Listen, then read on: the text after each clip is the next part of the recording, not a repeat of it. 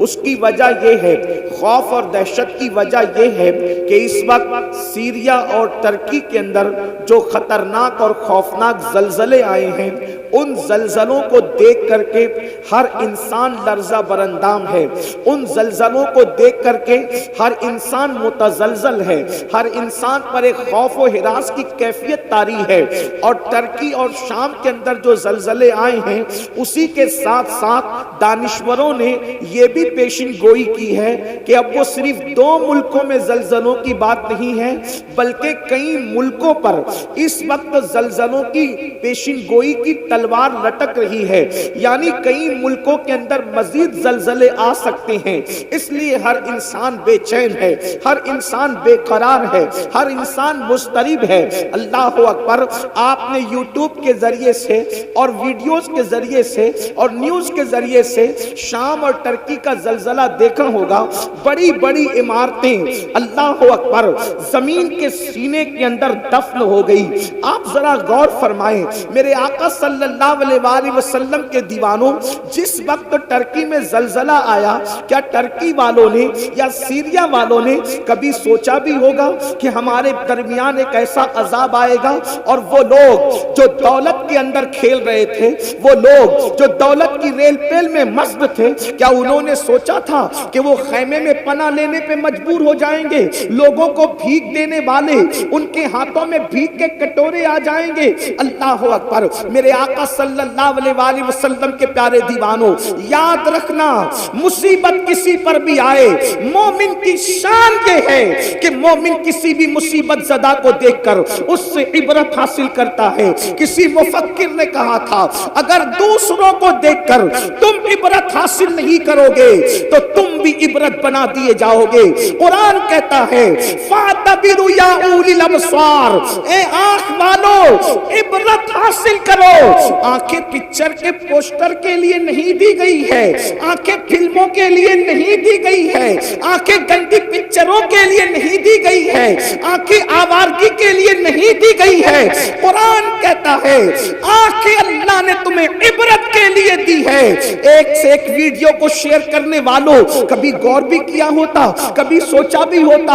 اللہ اللہ! ترکی اور سیریا کے اندر جو زلزلے آئے ہیں، انہوں نے کبھی سوچا ہوگا ان کے کتنے خوبصورت مکانات ہیں، ان کے کتنے اونچے اونچے مکانات ہیں، ان کے کتنے اچھے اچھے مکانات ہیں، لیکن دیکھ لو سرد موسم کے اندر اب خیموں میں پناہ لینے پر مجبور ہے۔ اللہ اکبر! میں یہ نہیں کہتا جن پر مصیبت آئی ہے وہ سب پاپی ہے، یہ نہیں کہتا جن پر تکلیف آئی وہ سب مجرم ہے، لیکن یاد رکھنا یہ بات آپ بھی کہتے ہو، عام بول چال میں ہم بھی کہتے ہیں، ہمارے علماء بھی کہتے ہوں گے کہ گیہوں کے برابر گھن بھی پسے جاتے ہیں۔ اللہ اکبر! اب آئیے زلزلے کیوں آتے ہیں، زلزلے آنے کی وجہ کیا ہے؟ اگر ہم نے اس پر نظر نہیں کی تو اللہ نہ کرے جتنی سخت مصیبت میں وہ گرفتار ہے، اس سے بڑی مصیبت ہم پر بھی آ سکتی ہے۔ میرے آقا صلی اللہ علیہ وآلہ وسلم کے دیوانوں، زلزلے آنے کی 2 وجوہات بتائی جاتی ہے۔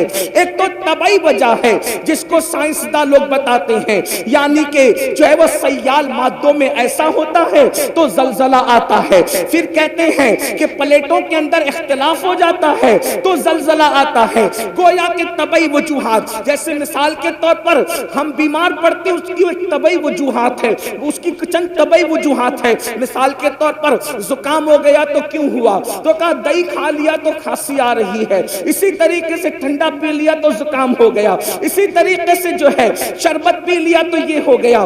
یہ وجوہات طبعی وجوہات بتائی جاتی ہے، لیکن ایک دوسری وجہ ہوتی ہے اور وہ حقیقی وجہ ہوتی ہے اور وہ سچی وجہ ہوتی ہے۔ یاد رکھنا، آپ سے پوچھنا چاہتا ہوں، اگر شربت بیمار کرتا ہے، توجہ کرنا، اگر شربت سردی کرتا ہے تو 4 لوگ شربت پیتے ہیں، سردی ایک ہی کو کیوں ہوتی ہے، 3 لوگوں کو کیوں نہیں ہوتی؟ اگر سب کو شربت نقصان پہنچاتا تو نقصان سب کو پہنچانا چاہیے تھا۔ اسی طریقے سے اگر مرچی سے موشن ہوتے ہیں تو 4 لوگوں نے کھائی تو ایک ہی کو کیوں ہوئی، 3 کو کیوں نہیں ہوئی؟ اس کا مطلب یہ ہے ہم ریزن تلاش کرنے میں، طبعیات میں تو پھنسے ہوئے ہیں لیکن حقیقت پر ہماری نظر نہیں ہے۔ لیکن آج کے قرآن و سنت کو ماننے والوں، جب بھی کوئی مصیبت آتی ہے تو ہم قرآن اور حدیث میں اس کی وجہ تلاش کرتے ہیں. کیا وجہ ہے؟ قرآن و حدیث میں تلاش کریں. میں آپ سب کی توجہ چاہتا ہوں, ذرا غور فرمائیں. اللہ اکبر. اب طبعی وجوہات تو بتا دی گئی. سیال مادوں نے ایسا ہوا تو ایسا ہو گیا, پلیٹوں میں ایسا ہوا تو ایسا ہو گیا, یہ ہو گیا تو یہ ہو گیا. لیکن حقیقی وجہ کیا ہے؟ اب حقیقی وجہ قرآن بیان کرتا ہے, اس کو دل کے کانوں سے سننا. اللہ پاک ارشاد فرماتا ہے وَمَا أَصَابَكُم مِّن مُّصِيبَةٍ فَبِمَا كَسَبَتْ أَيْدِيكُم, کہ تم پر جو بھی مصیبت آتی ہے وہ تمہارے ہاتھ کی کمائی ہے, وہ تمہارے گناہوں کی وجہ سے آتی ہے, وہ تمہارے جرائم کی وجہ سے آتی ہے. پتہ چلا ہم پر جو بھی مصیبت آتی ہے وہ گناہ کی وجہ سے آتی ہے. اس آیہ کریمہ کی تفسیر میں مفسرین لکھتے ہیں کہ اگر مومن کو کانٹا بھی چبھتا ہے اس کے گناہ کی وجہ سے چبھتا ہے, مومن کو ٹھوکر بھی لگتی ہے اس کے گناہ کی وجہ سے لگتی ہے. پتہ چلا اگر مسلمان گناہ کرنا چھوڑ دے تو وہ اتنا سیف ہو جائے گا کہ اس کو کبھی ٹھوکر بھی نہیں لگ سکتی. زلزلے آنا تو دور کی بات ہے, گناہ چھوڑتے چلے جاؤ, عیش کی زندگی گزارتے چلے جاؤ, راحت کی زندگی گزارتے چلے جاؤ, آرام کی زندگی گزارتے چلے جاؤ. حیرت کی بات یہ ہے آرام کی زندگی سب چاہتے ہیں, راحت کی زندگی سب چاہتے ہیں, سکون کی زندگی سب چاہتے ہیں, آرام کی زندگی سب چاہتے ہیں, قرار کی زندگی سب چاہتے ہیں, لیکن گناہ کوئی چھوڑنا نہیں چاہتا. اللہ اکبر. بڑی معذرت کے ساتھ میں یہ نہیں کہتا کون کیا کرتا ہے, لیکن ہر انسان اپنے آپ میں ڈوب کر سوچے. کہنے والے نے کہا تھا اپنے من میں ڈوب کر پاجا سراغ زندگی, اپنے من میں ڈوب کر پاجا سراغ زندگی. تو اگر میرا نہیں بنتا نہ بن, اپنا تو بن. مسلمانوں ہم اپنے تو بن جائیں. اپنے آپ میں ڈوب کر سوچو میں کیا کرتا ہوں. توجہ کرنا, یہ محفل تو کیا کرتا ہے اس کی نہیں ہے, یہ محفل خود احتسابی کی محفل ہے. یہ ہمارے علماء کی پشت پناہی میں یہ جو فقیر قادری عرض کر رہا ہے, آج ہم یہ نہیں کہیں گے تو کیا کر رہا ہے, کون کیا کر رہا ہے. آج ہم اپنے آپ میں ڈوب کر سوچے میں کیا کر رہا ہوں, میں کیا کر رہا ہوں. قرآن کہتا ہے یا ایھا الذین آمنوا علیکم انفسکم, اے ایمان والو اپنی فکر کرو. آج مسلمان کے اندر یہ بیماری پیدا ہو گئی, تو کیا کر رہا ہے, وہ کیا کر رہا ہے, کون کیا کر رہا ہے. اس لیے ہر آدمی دوسرے کو مجرم ٹھہراتا ہے, خود احتسابی نہیں. ہمارے بزرگوں میں کیا طریقہ تھا, میں کیا کر رہا. ایک مرتبہ سلطان العارفین حضرت بایزید بسطامی کے دور میں بارش بند ہو گئی, بارش بند ہو گئی. لوگوں نے کہا بارش بند ہو گئی, چلو سلطان العارفین بایزید کے پاس. یہ بایزید کون؟ سید الطائفہ, طاؤس العلماء. حضرت جنید بغدادی فرماتے ہیں جو مرتبہ فرشتوں میں جبریل امین کا ہے وہ ولیوں کی کائنات میں اللہ نے سید السلطان العارفین حضرت بایزید بسطامی کو مقام عطا فرمایا. جیسے فرشتوں میں جبریل ویسے ولیوں میں بایزید بسطامی. یہ بات جنید بغدادی نے اس وقت کہی, ابھی سرکار غوث پاک کی آمد نہیں ہوئی تھی, ان کی آمد سے پہلے یہ بات کہی گئی. آپ سے پوچھتا ہوں جو ولیوں میں جبریل کی طرح ہے, جیسے فرشتوں میں جبریل ویسے سلطان العارفین بایزید ولیوں میں ہیں, ایسی ہستی کے پاس لوگ آ کے کہتے ہیں بارش بند ہو گئی. توجہ کرنا, اپنے دور کی بے مثال ہستی جس کی بارگاہ میں داتا علی حجویری جیسے لوگ خراج عقیدت پیش کریں, جس کی بارگاہ میں جنید بغدادی جیسے لوگ خراج عقیدت پیش کریں, جس کی بارگاہ میں سر سختی جیسے لوگ خراج عقیدت پیش کریں, وہ سلطان العارفین حضرت بایزید بسطامی رضی اللہ تعالیٰ کے پاس جب لوگ پہنچے, حضرت بارش نہیں ہو رہی, کیا فرماتے ہیں میں جان گیا کیوں بارش نہیں ہو رہی. توجہ کریں, میں جان گیا کیوں بارش نہیں ہو رہی. کہا میرے گناہ حد سے بڑھ گئے, میرے گناہ حد سے بڑھ گئے، اس لیے اللہ نے میری وجہ سے بارش روک لی، ایک کام کرتا ہوں میں شہر چھوڑ کر کے چلا جاتا ہوں، جب مجرم اور پاپی شہر سے نکلے گا تو جس کی وجہ سے بارش رکی ہے پھر باران رحمت کا نزول ہو جائے گا۔ لوگ حیرت زدہ رہ گئے، اتنی بڑی ہستی، اتنی بڑی شخصیت جس کی زندگی میں کبھی تہجد فوت نہ ہو، جس کا مقام اور مرتبہ مقام شہودی اور حضوری میں یہ ہو کہ خود فرماتے ہیں ایک لمحہ بھی جلوے یار اگر نظروں سے اوجل ہو جائے تو میں اپنے آپ پر کفر کا فتویٰ دے دوں۔ اندازہ تو فرمائیں یہ مقام حضوری کی منزل پر فائز ہیں، اور حال یہ کہ کہتے ہیں میرے گناہ بڑھ گئے اس لیے میں شہر چھوڑ کر کے جاؤں گا، میری وجہ سے بارش رک گئی ہے، باران رحمت کا نزول ہوگا۔ اور سلطان العارفین جیسے ہی شہر چھوڑ کے نکلے، اللہ کو عاجزی کی یادہ اتنی پسند آ گئی، لوگوں کے استسقاء اور دعاؤں سے بارش نہیں ہوئی، بایزید کی عاجزی کی برکت سے باران رحمت کا نزول ہو گیا۔ حیرت کی بات یہ ہے جو گناہگار نہیں تھے، جو مجرم نہیں تھے، وہ اپنے آپ کو گنہگار سمجھتے تھے، اور یہاں حال یہ ہے جو کبھی اٹھ کر کے مسجد بھی نہیں جاتے ان کو یہ غرور اور گھمنڈ ہے کہ مولانا ہم جنت میں نہ جائیں گے تو کون جائے گا، جن کا حال یہ ہے کہ وہ کھڑے ہو کر استنجا کرتے ہیں تو 3 دن تک کے غسل نہیں کرتے، ناپاکی کی حالت میں زندگی گزارتے ہیں، جو غسل جنابت کے حوالے سے اتنے غافل ہیں کہ 3 دن ناپاک پڑے رہتے ہیں، ان کو بھی یہ گھمنڈ ہے کہ مولانا ہم جنت میں نہ جائیں گے تو کون جائے گا۔ آؤ ترکی اور سیریا کے زلزلے کے تناظر میں ہم دیکھیں زلزلے کیوں آتے ہیں، اس کے آنے کی وجہ کیا ہے، تو ہم حدیث میں تلاش کرتے ہیں۔ امام اہل سنت نے بھی جو ہے وہ روایت لکھی ہے فتاوی رضویہ شریف کے اندر، پہلے وہ کوٹ کر دوں اس کے بعد آگے بڑھتے ہیں۔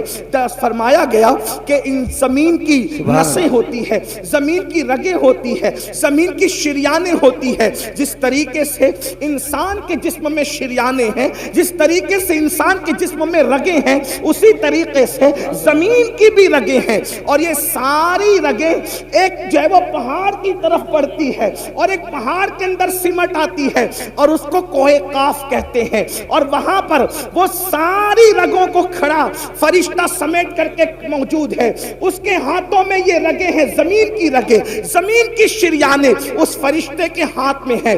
جب بھی کسی زمین کے خطے پر، جب بھی کسی زمین کے حصے پر ظلم ہوتا ہے، پاپ ہوتے ہیں، جرائم ہوتے ہیں، زنا اور بدکاری ہوتی ہے، شراب عام ہو جاتا ہے، سود عام ہو جاتا ہے، اللہ کی نافرمانی عام ہو جاتی ہے، زمین کے جس حصے پر گناہ اور جرائم عام ہو جاتے ہیں، پھر قدرت کی طرف سے حکم ہوتا ہے زمین کی اس رگ کو پکڑ کر کے حرکت دے دو تاکہ لوگوں کو پتا چل جائے کہ اللہ سونے سے بھی پاک ہے، اللہ اونگنے سے بھی پاک ہے، اللہ تمہارے جرائم سے بے خبر نہیں ہے، اللہ تمہارے گناہوں سے بے خبر نہیں ہے، وہ تم سب کو دیکھ رہا ہے۔ اللہ اکبر۔ اور جب وہ نس پکڑ کر، وہ رگ پکڑ کر فرشتہ حرکت دیتا ہے تو زمین پر زلزلے کے جھٹکے نمودار ہوتے ہیں۔ اللہ اکبر۔ میری قوم کے جوانوں، پتا چلا جب زمین پر اللہ کی عبادت کرنے کی بجائے جب زمین پر ظلم کیا جاتا ہے، جب زمین پر حرام کام کیے جاتے ہیں، جب زمین پر اللہ اکبر نوتال میں کمی کی جاتی ہے، اس وقت زمین پہ زلزلے آتے ہیں اور مجرموں کی وجہ سے بے گناہ بھی اس کا شکار ہو جاتے ہیں۔ اللہ اکبر۔ کیا یہ جرائم ہمارے اندر نہیں؟ ایک مرتبہ ام المومنین امام حاکم اپنی مستدرک میں لکھتے ہیں، لیکن محدثین نے اس حدیث کی سند پر جرح بھی کی ہے۔ اللہ اکبر۔ بعض محدثین نے جرح کی، امام حاکم نے اس کو صحیح کہا، لیکن میں امام حاکم کی جو ہے وہ صحت کی بات کو سامنے رکھ کر بالکل نصیحت کے طور پر یہ بات پیش کرتا ہوں۔ ایک مرتبہ ایک جوان ام المومنین سیدہ عائشہ صدیقہ کے پاس آیا۔ کون عائشہ صدیقہ؟ مفتی 4 ملت۔ کون عائشہ صدیقہ؟ جس کے بستر پہ قرآن نازل ہوتا ہو۔ کون عائشہ صدیقہ؟ سینکڑوں صحابہ اور ہزاروں تابعین جس کے شاگرد ہوں، ان سے پوچھا امی جان یہ بتائیں کہ زلزلے کیوں آتے ہیں، زلزلے آنے کی وجہ کیا ہے؟ تو ام المومنین نے اس کی طرف سے چہرہ پھیر لیا۔ چہرہ پھیرنے کی وجہ یہ تھی کہ زلزلہ آنے کی وجہ اتنی نازک بیان کرنا چاہتی تھی کہ اس کے سامنے بیان نہیں کرنا چاہتی تھی۔ بیک گراؤنڈ حدیث کا یہی بیان کر رہا ہے۔ پوچھنے والے نے پوچھا تو اس کو بیان نہیں فرمایا، یعنی جب اس نے سوال کیا تو چہرہ پھیر لیا۔ لیکن اللہ اکبر، پھر حضرت عبداللہ نے پوچھا امی جان آپ بتائیں کہ زلزلہ کیوں آتا ہے اور زلزلہ آنے کی وجہ کیا ہے؟ تو اس وقت ام المومنین نے ان کو جواب دیا، حضرت عبداللہ کو جواب دیا، عبداللہ زلزلہ آنے کی وجہ یہ ہے جب عورتیں اس نیت سے گھر سے خوشبو لگا کر کے نکلتی ہے کہ لوگ ان کے حسن کے فریب میں مبتلا ہو جائیں، ان کی طرف راغب ہو، خوشبو لگا کر کے عورتیں اپنے گھروں سے اس لیے نکلتی ہے کہ لوگ ان کے فتنے میں مبتلا ہو۔ پھر اس وقت زلزلے آتے ہیں جب عورتیں نامحرم اور مردوں کے سامنے، جب عورتیں نامحرم مردوں کے سامنے، اجنبی مردوں کے سامنے ننگی ہونے لگتی ہے، زنا کے لیے تیار ہو جاتی ہے، اپنے جسم کو پیش کرنے لگتی ہے، اس وقت زلزلے آتے ہیں۔ اللہ اکبر، ابھی آگے اور بھی روایتیں پڑھی جائے گی، اگر وقت رہا تو جتنا وقت مجھے دیا گیا میں اسی میں گفتگو مکمل کروں گا، لیکن آپ کی توجہ چاہتا ہوں، آپ سے پوچھتا ہوں کیا ہماری بہن بیٹیاں آج گھروں سے عطر لگا کر نہیں نکل رہی ہے، خوشبو لگا کر نہیں نکل رہی ہے، پرفیوم لگا کر کے نہیں نکل رہی ہے، خوبصورت بن کر کے نہیں نکل رہی ہے، میک اپ کر کے نہیں نکل رہی ہے؟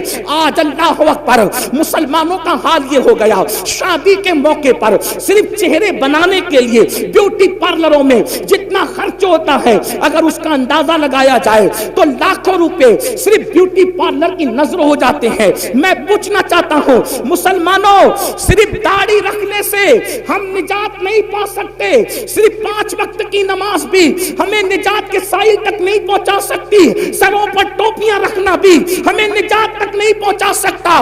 اس وقت تک جب تک کہ ہم پورے دین پر عمل نہ کریں، ہم نے دین کی چند چیزوں کو اٹھا لیا، کسی کو نماز آسان پڑی اس نے نماز اٹھا لیا، کسی کے چہرے پہ داڑھی آسان پڑ گئی اس نے داڑھی رکھ لی، کسی نے ٹوپی کو آسان سمجھا اس نے ٹوپی پہن لی۔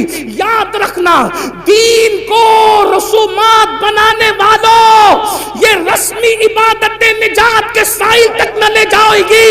میرے نبی نے فرمایا وَالْعَاقِبَةُ لِلْمُتَّقِينَ، نعرہ تکبیر، آخرت صرف پرہیزگاروں کے لیے ہے، آخرت متقیوں کے لیے ہے۔ بلکہ یہاں تک فرمایا جو لوگوں کے سامنے ٹوپیاں پہنے، نمازیں پڑھے، روزے رکھے، نیک عمل کرے، اور جو تنہائی کے اندر پاپ اور گناہ کرے، اللہ ان کی عبادتوں کو ان کے منہ پہ مار دے گا۔ خدا کو ایسی عبادتوں کی کوئی حاجت نہیں ہے، میرا اللہ حاجت اور ضرورت سے پاک ہے، اسے کسی کی عبادت کی ضرورت نہیں ہے، وہ بے نیاز ہے۔ مسلمانوں بتاؤ تو صحیح، اللہ اکبر، ہماری بیٹیاں بیوٹی پارلروں میں جائیں، ہماری بیٹیاں خوشبو لگائیں، ہماری بیٹیاں اجنبی مردوں کے سامنے ننگی ہو جائیں۔ اب کچھ لوگ سوچتے ہوں گے کہ یہ مولوی یہ بات کیوں کر رہا ہے کہ بیٹیاں ننگی ہو جائیں۔ میں کہتا ہوں صرف کپڑا اتارنا ہی ننگا پن نہیں ہے۔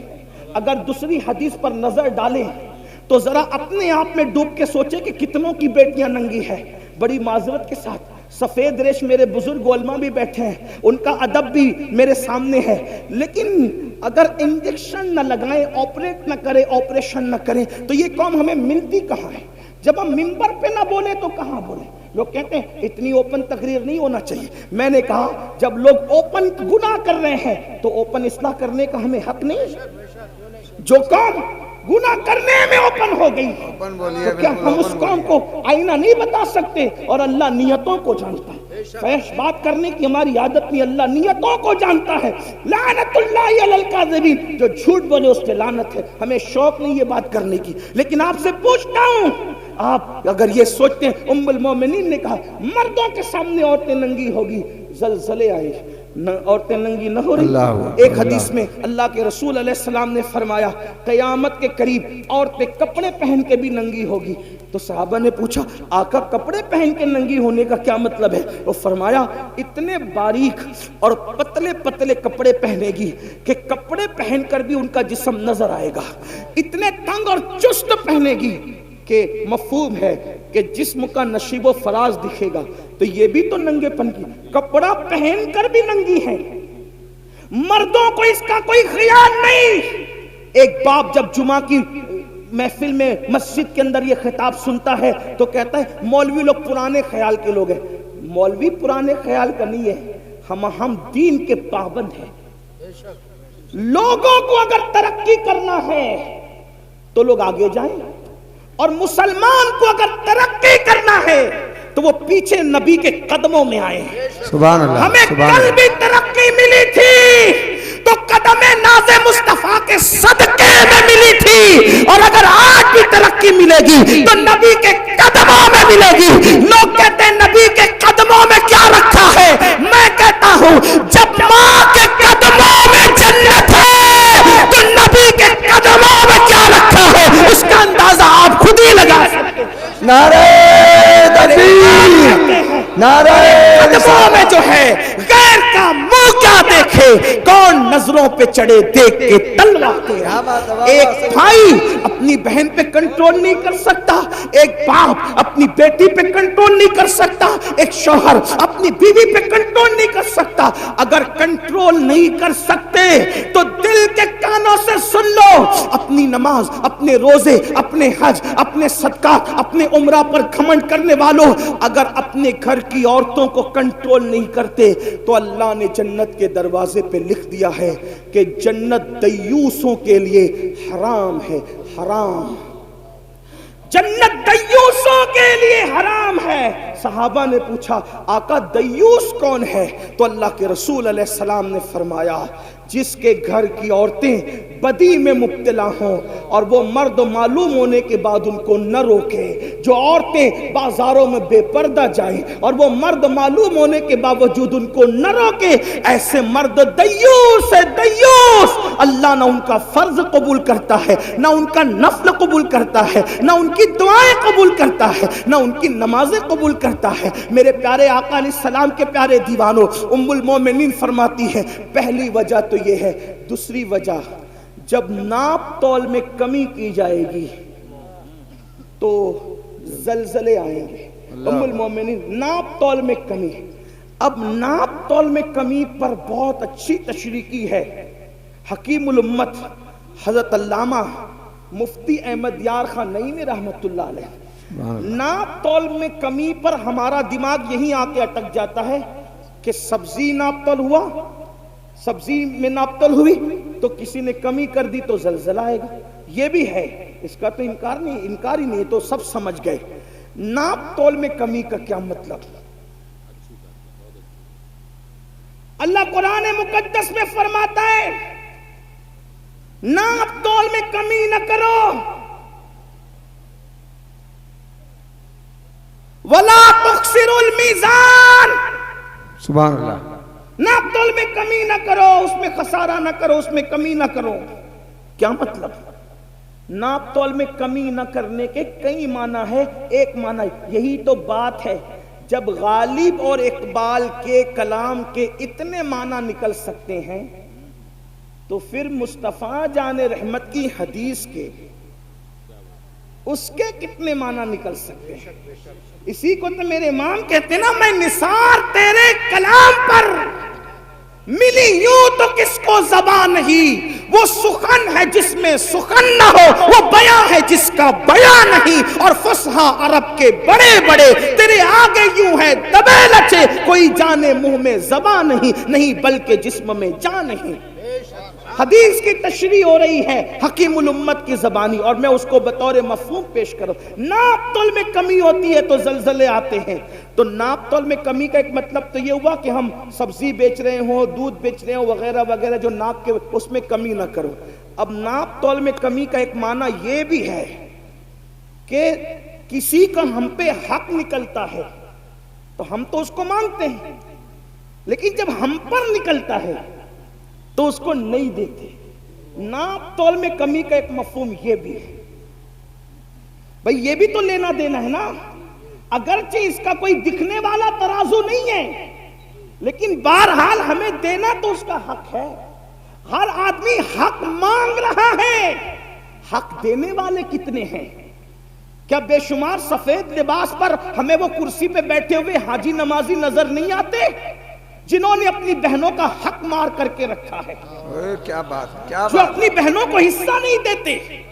کہ بے شمار ایسے لوگ نہیں ہیں جنہوں نے اپنے بھائیوں کا حق دبا رکھا ہے، اپنے بھائیوں کو حق نہیں دیتے. اگر اللہ نے طاقت دی، 4-6 لوگ ماننے جاننے والے ہوئے تو بڑا بھائی چھوٹے بھائی کو کہتا ہے جا جو کرنا ہے کر لے، میں نہیں دوں گا. اور پھر اس کے بعد اس کے ننگے پن پر کوئی انصاف کرنے کون سامنے آتا ہے؟ کون آتا ہے آنکھ میں آنکھ ڈالنے کے لیے؟ کون آتا ہے کسی کو حق دلانے کے لیے؟ کون آتا ہے کسی کے حق کے لیے؟ اللہ اکبر. بلکہ لوگ کہتے ہیں یار وہ تو ننگا آدمی ہے، وہ تو دادا آدمی ہے، وہ تو بھائی گیری کرتا ہے، اس کے پاس جائیں گے تو یہ ہوگا اور یہ ہوگا اور یہ ہوگا اور یہ ہوگا. سن لو، جس وقت حق تلفی کی جا رہی ہو اور پھر لوگ جو حاجی نمازی اور دیندار کہلانے والے کسی کے حق کے لیے اس کے ساتھ کھڑے نہیں ہیں تو وہ بھی تیار ہو جائیں زلزلوں کے جھٹکوں کے لیے، وہ بھی تیار ہو جائیں اللہ کے عذاب کے لیے. یہاں تو جھٹکے ہوں گے اور زمین کے اندر جو ہوگا اس کا انجام کیا ہوگا؟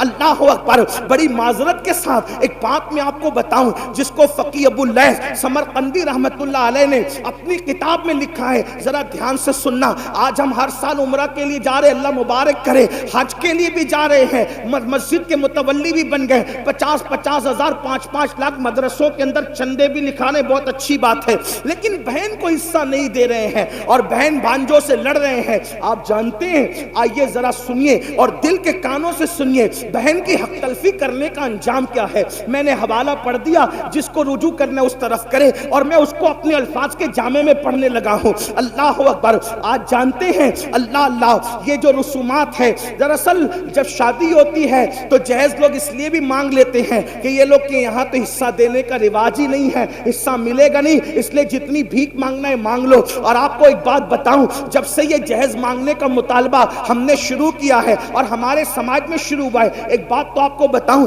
ہمارے مذہب میں تو کفن مانگنے کی بھی اجازت نہیں ہے. توجہ کریں، ہمارے مذہب میں تو کفن مانگنے کی بھی اجازت نہیں ہے. آخر وہ کون سے سنی اور کیسے مسلمان ہے کہ جو جہیز مانگنے کے لیے نکلے ہیں؟ ہمارے مذہب کا حال تو یہ ہے، اگر ایک چادر پرانی گھر میں پڑی ہوئی ہے اور اللہ اکبر باپ مر گیا ہے تو اسلامی غیرت کہتی ہے 3 مسنون کفن کی ضرورت نہیں ہے.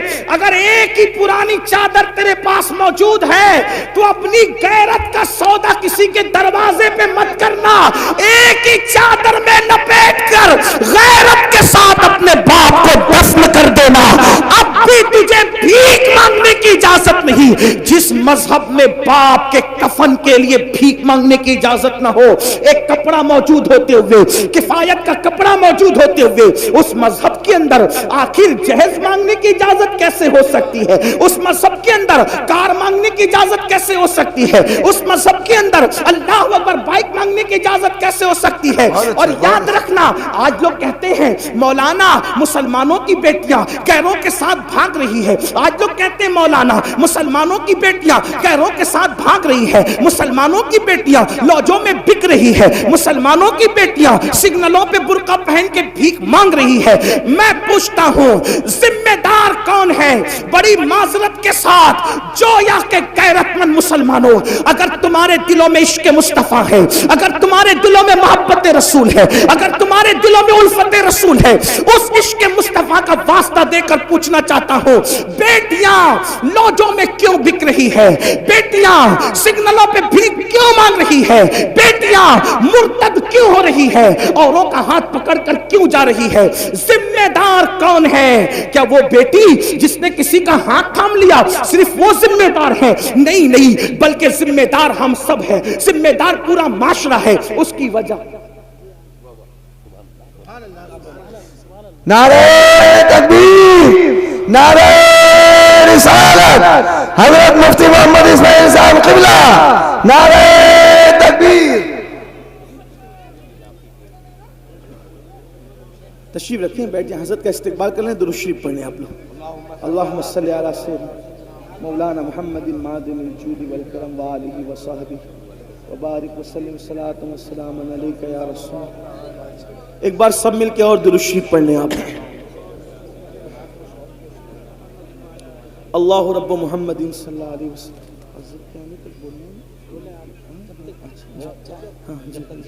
بڑی نوازش. سب مل کے درود شریف پڑھیں, بلند آواز سے درود شریف پڑھیں.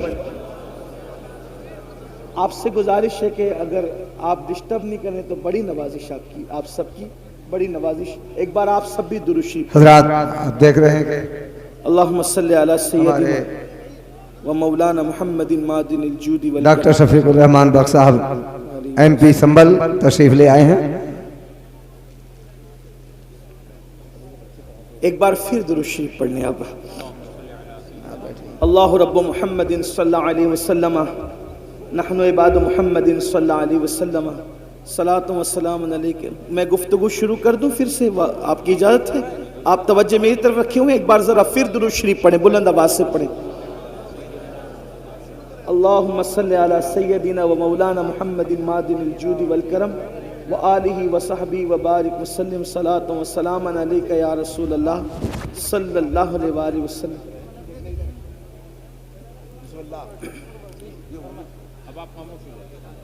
پھر درود شریف پڑھنے ایک مرتبہ. اللہم صلی علی سیدنا و مولانا محمد معدن الجود والکرم وآلہ وصحبہ وبارک وسلم صلاۃ و سلام علیک یا رسول اللہ صلی اللہ علیہ وسلم. کھلے کھلے دل سے ذرا عاشقوں کی طرح سب درود شریف پڑھ لیں.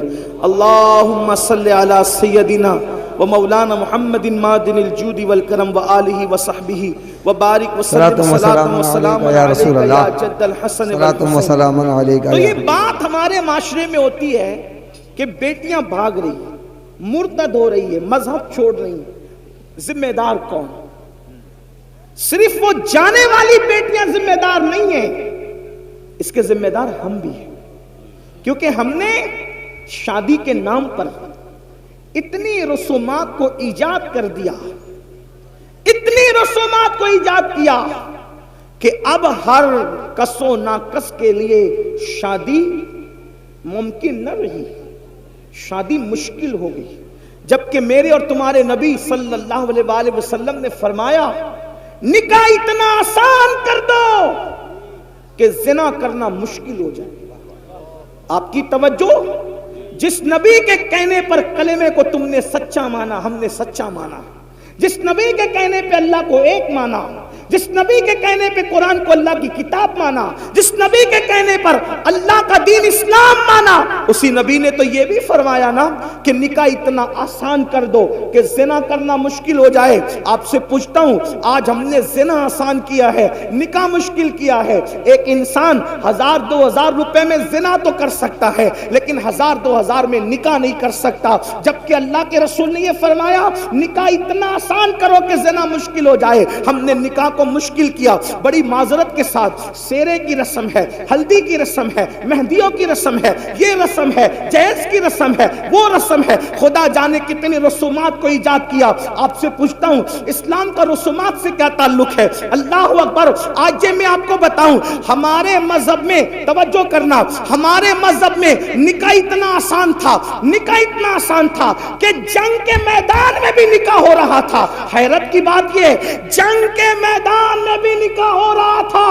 آپ سے پوچھنا چاہتا ہوں, اور جنگ کے میدان میں جس کا نکاح ہوا وہ کوئی اور ہستی نہیں. آپ سوچتے ہوں گے کہ کسی ایرے گہرے کا نکاح جنگ کے میدان میں ارجنٹ ہو گیا. آپ یہ بھی سوچتے ہوں گے کیونکہ سوچ پر کسی کی پابندی نہیں. لیکن میں آپ کو بتانا چاہتا ہوں علماء کی موجودگی میں, اللہ کی کائنات میں جو سب سے بڑی ہستی ہے ان کے برابر کوئی نہیں ہو سکتا. موسیٰ و عیسیٰ, داؤد و ابراہیم, اسماعیل علیہ السلام, یہ سب کے سب جس کے پیچھے مقتدی بن کر کے کھڑے ہیں وہ محمد رسول اللہ کا نکاح خیبر کے جنگ کے میدان میں ہوتا ہوا نظر آ رہا ہے. آپ سے پوچھنا چاہتا ہوں کیا حضرت صفیہ کے ساتھ میدان جنگ کے اندر رسول اللہ کا نکاح نہ ہوا؟ اور پھر اتنی سادگی سے ہوا کہ صحابہ میں اختلاف ہو گیا کہ حضور نے صفیہ سے نکاح کیا یا نہیں کیا. علماء جانتے ہیں میں کوئی نئی بات نہیں کر رہا ہوں، لیکن توجہ کرو، سال بھر پہلے سے شادیوں کی رسموں کو رچانے والوں، معراج کے دولہا کا نکاح میدان میں ہو رہا ہے اور اتنی سادگی سے ہو رہا ہے کہ صحابہ میں اختلاف ہوا نکاح ہوا یا نہیں ہوا، تو صحابہ میں سے چند صحابہ نے کہا کیوں بحث کرتے ہو، انتظار کرو، اگر رسول اللہ نے حضرت صفیہ کو پردہ کرا دیا تو سمجھ لینا کہ نکاح ہو گیا، اور اگر پردہ نہیں کرایا تو سمجھنا کہ نکاح نہیں ہوا۔ آپ سے پوچھنا چاہتا ہوں، جب معراج کے دولہا کا نکاح اتنی سادگی سے ہوتا ہے تو تم کون اور تمہاری حیثیت کیا، ہم کون اور ہماری حیثیت کا؟ لیکن ظلم کا برا ہو، مسلمان کو نبی کی سنت کب یاد آتی ہے؟ کب یاد آتی نبی کی سنت؟ مسلمان کو نبی کی سنت اسی وقت یاد آتی ہے جب اس کا اپنا فائدہ ہوتا ہے، مطلب وہ سنت کا نہیں اپنے فائدے کا پابند ہے۔ ایک بات آپ کو بتاؤں، مسلمان کتنی سادگی سے کہتا ہے مولانا جہیز دینا تو سنت ہے نا، رسول اللہ نے اپنی شہزادی کو جہیز دیا، اور جہیز دینا سنت ہے، جب سنت ہے تو دو۔ ہم نے کہا یہ بہت بڑے محققین اور علماء ہیں، میں ایک بات آپ سے کہتا ہوں، ہمت کہہ کے کہتا ہوں، اگر غلطی ہوگی تو ابھی اصلاح ہوگی، اور اگر یہ اصلاح کر دیں گے ابھی کر دیں گے، اگر صحیح کہہ رہا ہوں اور غلط کہہ رہا ہوں تو اصلاح کر دیں گے، صحیح کہہ رہا ہوں تو آپ کو ماننا چاہیے۔ رسول اللہ نے اپنی بیٹی کو جہیز نہیں دیا، جہیز دینا کوئی سنت نہیں،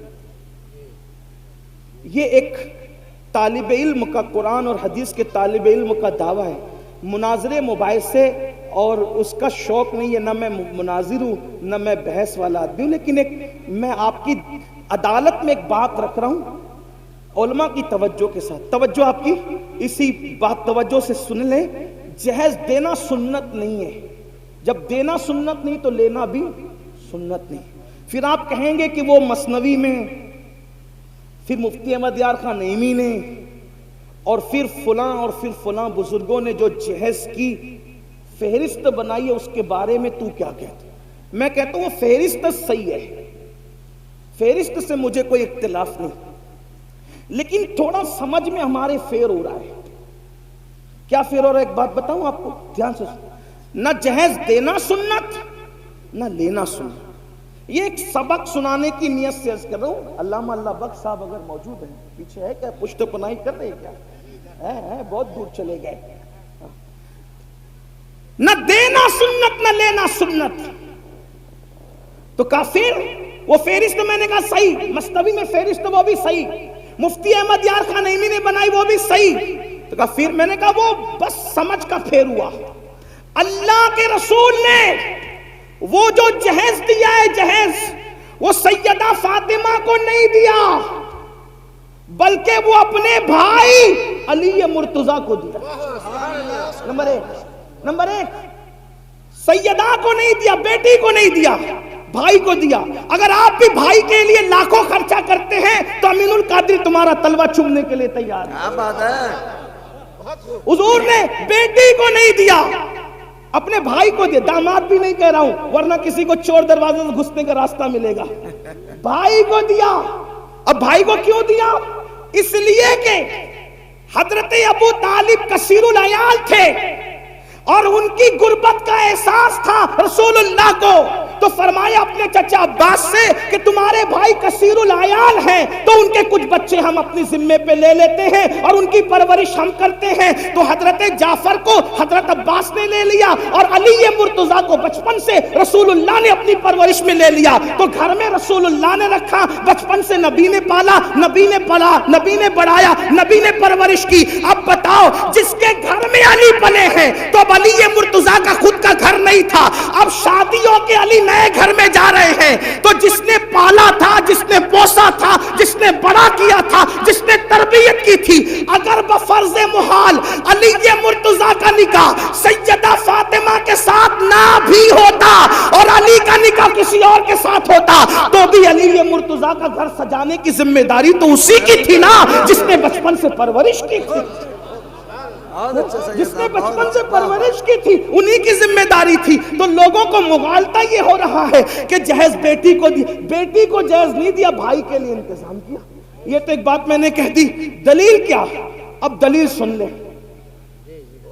ایک کھجور, توجہ, ایک کھجور کسی ماں یا باپ کے پاس آئے اور وہ 2 بچوں میں برابر برابر تقسیم نہ کرے تو اللہ کے رسول فرماتے ہیں کھجور کی غلط تقسیم کرنے پر بھی اللہ کو جواب دینا پڑے گا. بچوں کے ساتھ برابری کا یہ حق ہے. اس کو ایک مرتبہ بوسہ لیا تو دوسرے بچے کا حق ہے کہ اس کو بھی ایک بار لے لے. جو مذہب بوسہ لینے میں برابری دیتا ہو بچوں کے لیے, تو اب سنیں, میرے نبی کی ایک بیٹی تو نہ تھی نا. ہمارے عقیدے میں, اہل سنت کے عقیدے میں نبی کی کتنی شہزادیاں ہیں؟ 4. کتنی ہیں؟ 4. جو مل کے بولے کتنی ہیں؟ اور 4 مانو, کیونکہ دوسرے ہیں جن کو 4 ہضم نہیں ہوتی. کچھ ایسے ہیں جن کو 4 سے ہی نفرت ہے. جی جی سبحان اللہ. نہ 4 خلفاء مانتے ہیں, نہ 4 شہزادیاں مانتے ہیں, انہیں تکلیف ہے اور وہ پورا زور لگا رہے ایک ہے ایک ہے ایک ہے. ہم نے کہا 4 ہیں, ہمارے پاس قرآن سے دلیل. ہمارے پاس دلیل کہاں سے؟ علماء موجود ہے. یہ ابن کثیر نے کہا اور یہ اس نے کہا اور اس نے کہا, میں نے کہا جب قرآن کہہ دے تو پھر کوئی کثیر نہیں, کوئی کامل نہیں, کچھ نہیں. جس کی بات قرآن سے ٹکرائے گی اگرچہ وہ ہمارا سب سے بڑا امام کہلائے پھر بھی ہم اس کی بات نہیں مانیں گے, کیونکہ قرآن, صاحب قرآن ہمارے لیے پہلے نمبر پر ہے. صحیح بات ہے, یہی تو ہے نا. ہمارے امام نے جب اعلان کیا کہ میرا کوئی قول حدیث سے صحیح سے ٹکرا جائے اسے چھوڑ دیا جائے, یہی ہے ہمارا اصول. اب قرآن کیا کہتا ہے؟ یا ایھا النبی, توجہ قرآن کہہ رہا ہے, جو نبی کی 4 بیٹیاں نہیں مانتے نا ان کی طرف توجہ دلانا چاہتا ہوں. یا ایھا النبی, اے نبی, قل لازواجک وبناتک ونساء المؤمنین, اے محبوب آپ فرما دیں, اے نبی آپ کہہ دیں کس سے؟ لازواجک, اپنی بیویوں سے, وبناتک, اپنی بیٹیوں سے. چھوٹا سا بھی عربی کا طالب علم ہو تو وہ جانتا ہے عربی زبان کی بلاغت اور وسعت یہ ہے کہ عربی کے ہاں واحد جمع نہیں ہے صرف, بلکہ واحد ہے, تثنیہ ہے, پھر جمع قلت ہے, جمع کثرت ہے. صحیح. اب قرآن یہ بتا رہا ہے اگر ایک بیٹی ہوتی تو قرآن کیا کہتا؟ کل ازواجک و بنتک, لیکن قرآن بنتک نہیں کہہ رہا ہے, کیا کہہ رہا ہے؟ بناتک. واحد بھی نہیں ہے, تثنیہ بھی نہیں ہے, بلکہ جمع ہے. اب اگر اس کو جمع قلت بھی مان لیا جائے تو کم سے کم 3 ماننا پڑے گا. آپ کم سے کم تو آپ کو 3 ماننا پڑے گا. 3 سے کم پر تمہاری جان نہیں چھوٹ سکتی. اس سے پتا چلا جب قرآن نے کہہ دیا وَبَنَاتِكَ, آپ اپنی بیٹیوں کو حکم دے تو ماننا پڑے گا نبی کی ایک نہیں تھی بلکہ نبی کی 3 سے زائد بیٹیاں. اب جب یہ مان گئے, اس پہ کوئی تفصیل بات نہیں کرتا, علماء جانتے ہیں, آپ کو مزید وہ سمجھا دیں گے. تو جب نبی کی 4 بیٹیاں ہیں اور آپ کہتے ہیں سیدہ فاطمہ کو جہیز دیا, کس کو جہیز دیا؟ تو آپ کو یہ بھی ماننا پڑے گا سیدہ زینب بنت محمد کو بھی جہیز دیا. آپ کو یہی ماننا پڑے گا سیدہ رقیہ بنت محمد کو بھی جہیز دیا. آپ کو یہ بھی ماننا پڑے گا سیدہ ام کلثوم بنت محمد کو بھی جہیز دیا. تو اب اگر آپ سیدہ فاطمہ کا جہیز ثابت کرتے ہو تو آپ کی یہ ذمہ داری ہے کہ حضرت زینب, حضرت رقیہ, ام کلثوم کا بھی جہیز آپ ثابت کر کے بتائیں کہ حضور نے کیسے جہیز دیا. اور یہ بات یاد رکھنا, جب ان کو نہیں دیا تو پھر نبی کے انصاف سے یہ بعید ہے کہ جو نبی بوسہ لینے میں برابری کی بات کرے, جو نبی کھجور کی تقسیم میں برابری کی بات کرے. یہ کیسے ہو گیا کہ ایک بیٹی کو جہیز دیا اور 3 بیٹیوں کو جہیز سے محروم رکھا؟ معاذ اللہ ثم معاذ اللہ. اب اس سے بڑھ کر ایک دلیل, یہ تو تم اور میں ہے جو سنتوں کو معاذ اللہ عمل نہیں کرتے, سنتوں پر توجہ نہیں کرتے. لیکن آپ سے پوچھنا چاہتا ہوں, چلے جس علی کو جہیز ملا تھا ان کو تو پتا ہے نا کہ رسول اللہ اللہ نے بیٹی کو جہیز دیا تو پھر علی مرتضیٰ نے بھی اپنی بیٹیوں کا نکاح کیا. حضرت علی مرتضیٰ کی بھی بیٹی ہے, حضرت زینب بنت علی, حضرت رقیہ بنت علی, حضرت ام کلثوم بنت علی. مولا علی کی ایک بیٹی نہیں ہے, مولائے کائنات کی تو کم سے کم 7 اور 9 بیٹیاں بتائی جاتی ہے. تو جس علی نے نکاح کے وقت اپنے سسر سے جہیز لیا اپنی بیوی کی شکل میں, اپنی بیوی کے جہیز کی شکل میں, تو آپ سے پوچھتا ہوں اس علی مرتضیٰ نے جب جہیز لیا تو اپنی کس بیٹی کی شادی پر انہوں نے جہیز دیا, یہ بھی آپ کو ثابت کرنا پڑے گا. اور دوسری بات, وہ صدیق اکبر افضل البشر بعد الانبیاء بالتحقیق ابو بکر صدیق, وہ عبداللہ ابن عمر جو مسکرانے کی بھی سنت ترک نہیں کرتے تھے. ایک مرتبہ مسکرانے ایک صحابی, کسی نے پوچھا کیوں ہنس رہے ہو, کہا مجھے بھی نہیں پتا کیوں ہنس رہا ہوں, یہاں کھڑے رہ کر میرے یار نے مسکرایا ہے بس میں بھی مسکرا رہا ہوں. حضرت عبداللہ ابن عمر اپنی امامے کے شملے کو درخت سے الجھا رہے, کسی نے کہا یہ کیا بچپنے کی حرکت ہے, وہ فرمایا بچپنے کی حرکت لوگوں کو لگا کرے, دراصل ایک سفر میں میں نبی کے ساتھ تھا, نبی کا شملہ درخت سے الجھ گیا, میرا نہیں الجھتا اس لیے الجھا کر کے اس سنت پر عمل کر رہا ہوں. آپ سے پوچھنا چاہتا ہوں جو مسکرانے کی سنت نہ چھوڑے, جو ہڈی چوسنے کی سنت نہ چھوڑے, جو اللہ اکبر, جو درخت سے شملہ الجھانے کی سنت نہ چھوڑے, ارے وہ سب تو اپنی جگہ رسول اللہ نے جو کام کلی کیے بغیر کیا وہ بھی کلی کیے بغیر کر کے وہ کام سنت پر عمل کرتے نظر آ رہے ہیں. آپ سے پوچھنا چاہتا ہوں وہ اتنے سنتوں کے پابند تھے, انہوں نے تو یہ بات کہی ہوتی کیا 1450 سال کے بعد ہندوستان میں یو پی والوں کو یہ سنت سمجھ میں آئی, بہار والوں کو یہ سنت سمجھ میں آئی, بنگال والوں کو یہ سنت سمجھ میں آئی؟ ابو بکر صدیق سیدہ فاطمہ کے نکاح رخصتی کے چشمدید گواہ ہے. اگر انہوں نے جہیز دیتے ہوئے رسول اللہ کو دیتا دیکھا ہوتا تو صدیق اکبر بھی تو اپنی بیٹی کو جہیز دیتے. صدیق اکبر نے جہیز نہیں دیا, فاروق اعظم نے جہیز نہیں دیا, عثمان غنی جیسے غنی اور مالدار نے جہیز نہیں دیا, اور آپ کہتے ہیں جہیز دینا سنت ہے. یہ ذمہ داری تو میرے ان محقق بھائیوں کے سر پر ہے جو ہم پر مسلط کرنے کے جہیز دینا سنت. محقق سے مراد علماء نہیں ہے, محقق سے مراد یہ ہوٹل پہ بیٹھے ہوئے لوگ ہیں جو بغیر علم کے علماء نے تو کبھی تائید کی ہی نہیں. ارے کیا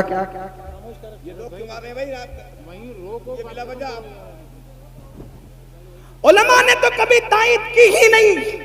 دراصل یہ سارے خرافات کی تائید نفس کے غلام لوگ کر رہے ہیں.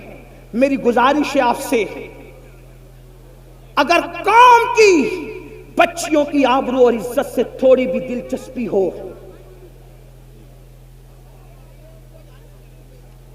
شاید حضرت تشریف لا چکے ہیں, ہماری محفل کے خصوصی خطیب حضرت علامہ شاکر علی نوری صاحب قبلہ حضرت کا استقبال فرما لیں, اور پھر اس کے بعد آگے کا پروگرام بقیہ تقریر پھر کسی موقع پر. السلام علیکم ورحمۃ اللہ.